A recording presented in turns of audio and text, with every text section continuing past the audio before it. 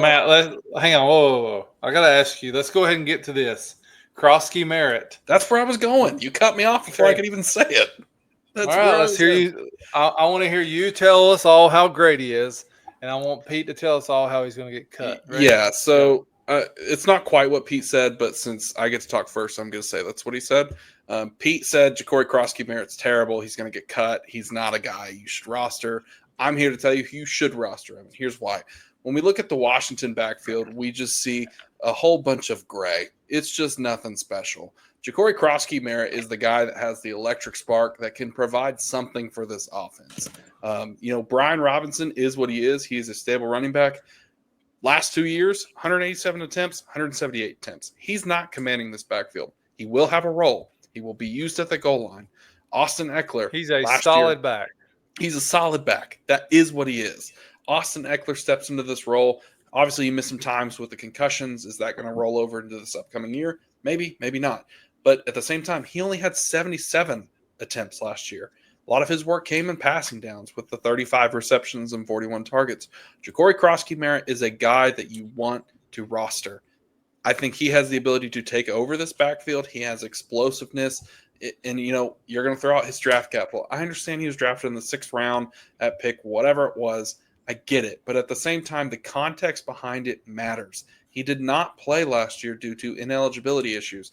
And ordinarily, you'd say, well, what did he do wrong to not play?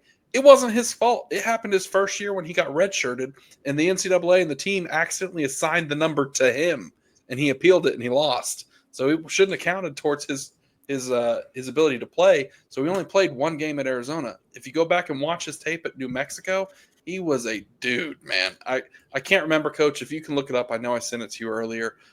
He had a ton of 20-yard runs in that season, and it was one of the highest in the entire NCAA. So he's a guy that can force missed tackles. He can make people miss. He can catch the ball out of the backfield. I think he is a complete package, and he's a guy that Washington targeted. If you go back and watch the clips for them in the draft room and the war room, it's someone they were debating on drafting earlier, and they just kept waiting and waiting and waiting, and they were able to get him towards the end of the draft. So, yeah, is it someone that didn't get the capital? Absolutely, he didn't. But it's also someone that I think stepping into a situation where there's opportunity for him. We're talking about him having to beat out Jeremy McNichols. I think he's better than him. Chris Rodriguez, I think he's better than him.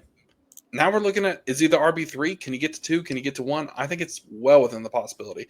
And that's also talking about 2 guys who have had injury histories, in B-Rob and Austin Eckler, getting banged up at different times of the year. So for people that don't know, Matt is an actual lawyer. Like, he actually is a lawyer. And you sort of just felt every bit of that right there. He spent all day today.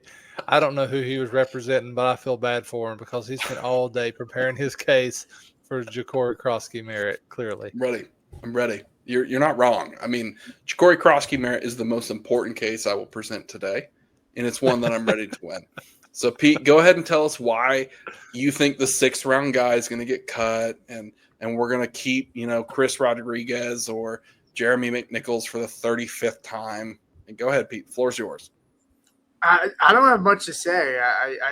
I don't doubt that he's going to make the roster, but it's important to note that he still has to stack days together. I mean, sure, it's only a couple days. Legs are fresh. He's not in the dog days of camp. I think he's going to make the roster, but it's still important to remember that there's a chance he doesn't. He's a 7th round pick. I think he's going to. If I had to put a percentage, I'd say it's probably an 80% chance that he makes the roster. He feels like he's a lock right now. Yeah. But I think it's important to remember that he still has to get through the dog days of camp. And so that's really my point.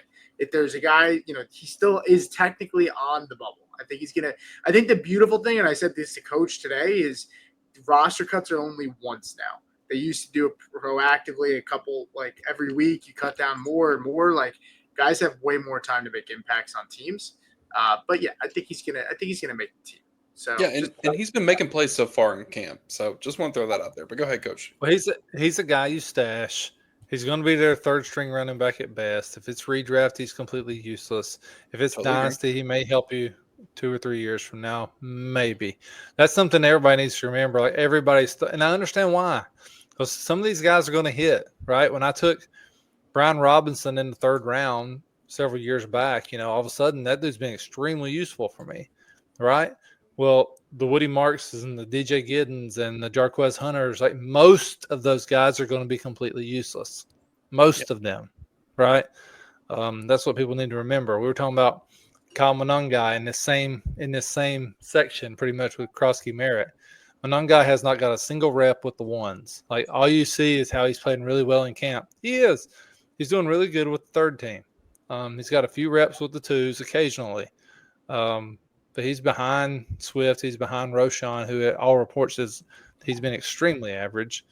So, I mean, will Monongai make the team if it ended today? Probably. But is he going to play this year? And God, I hope not, because that means the other two guys were really terrible.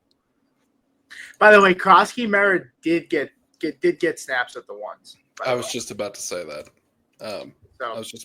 But you mentioned another running back there, Coach. So I kind of want to tail off unless someone has something else they want to say about future Hall of Fame Jacory Croskey-Merritt. But